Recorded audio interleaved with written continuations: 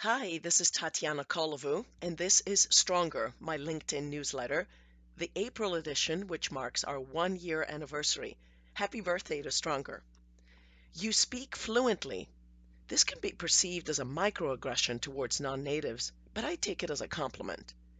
It recalls the many hours I spent as a 10-year-old being tutored by the 70s band America, particularly their song A Horse with No Name. I followed the lyrics on the back of the album, singing along to match their accents and intonation. I didn't realize I was not just practicing my new language, but also perfecting some of its many idiosyncrasies. Anytime we try to speak a new language, our brain goes into overdrive. Languages can be learned at any age, but studies indicate the younger, the better.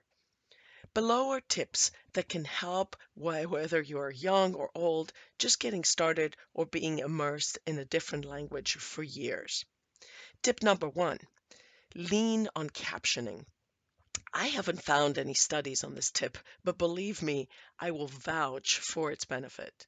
We all spend time watching TV series, documentaries, and movies. Why not use it as a learning opportunity?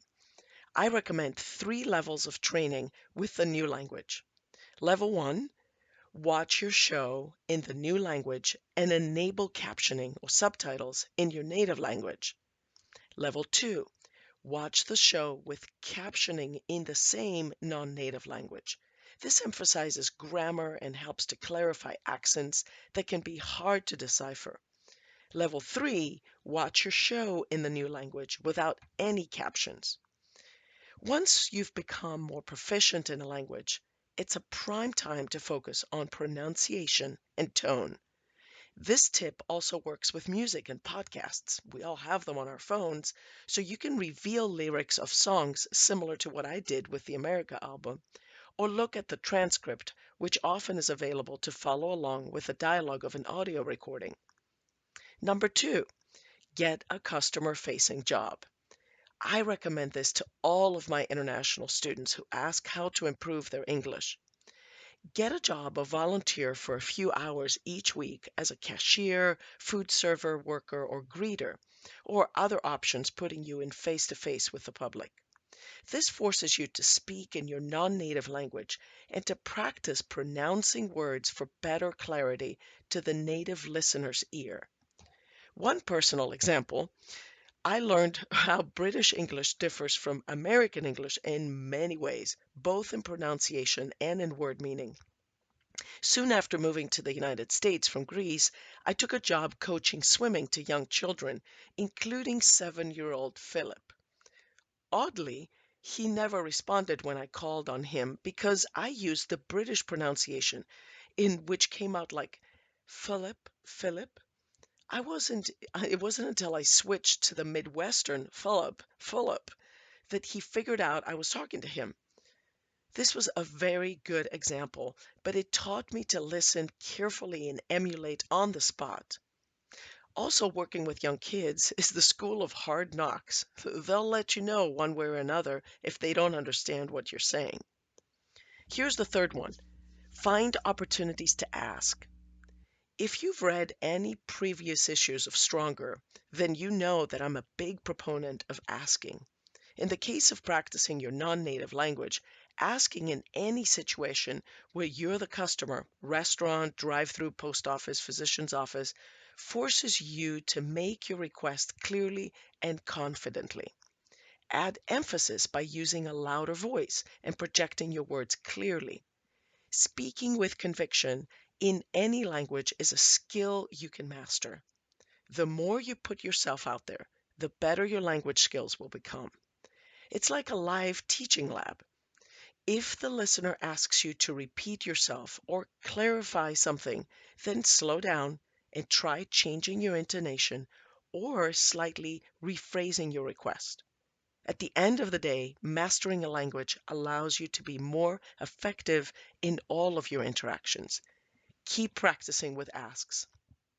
Pick up the phone.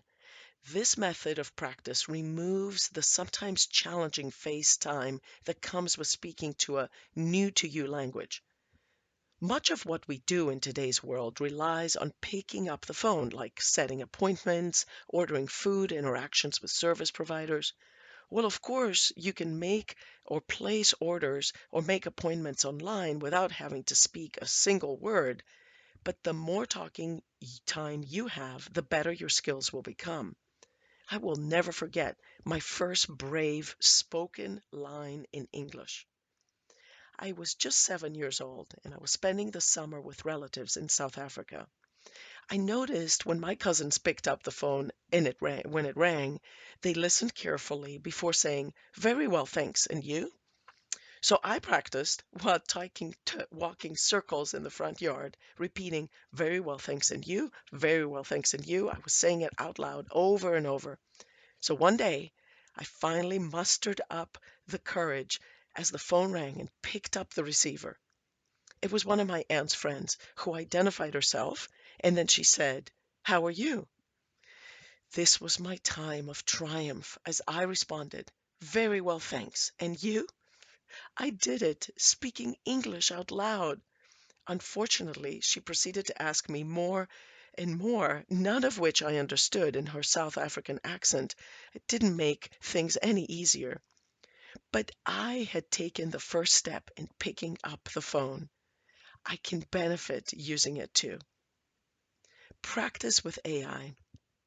Last month, Stronger Live focused on tech tools and artificial intelligence apps that can help all speakers. Regardless of the language you're practicing, using a text app that converts your speech into text will provide you unbiased feedback about what needs to be spoken more clearly. For English, I recommend otter.ai or ori.com. As for practicing with video tools, I'm a huge fan of Udemy.ai. The developers have a soft spot in their hearts for helping non-native speakers build their confidence. As Malcolm Gladwell writes in his book Outliers, perfecting skills in a language that is not your native may require a 10,000-hour journey. Practice, feedback, and confidence building are all keys to our success. As many of you reading this newsletter are non-native speakers, I would be grateful for more tips that you have to share. These many years of practice have paid off for me. So now I get the "you speak fluently" comment back when I'm in Greece.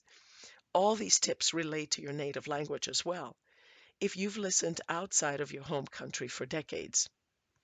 Bottom line, practice makes perfect. I meant to say, if you've lived outside of your home country for decades. It's true. Practice makes perfect.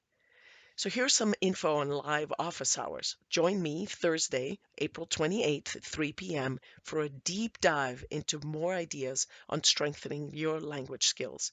I've invited 3 learners to share their ideas and hacks. We have a global audience with Stronger Live, so it's my hope that April's session will be another useful 35 minutes. Sign up here. So as I mentioned earlier, this is Stronger's first birthday. So last April, I plunged into the world of newsletters, and I'm so grateful that 14,500 of you have subscribed. A huge shout out to our newsletter godmother, Gemma Lee Roberts, who came up with a name that perfectly captures our essence. For more tips and fun stories, check out this short video clip below from the Communication Tips LinkedIn Learning course that I designed with Brenda Bailey Hughes. The embarrassing story about the 5-star general and the Tea Party is really true. Follow me on LinkedIn and be sure to send the Stronger newsletter to a friend who you think may find it useful. Thanks so much for listening.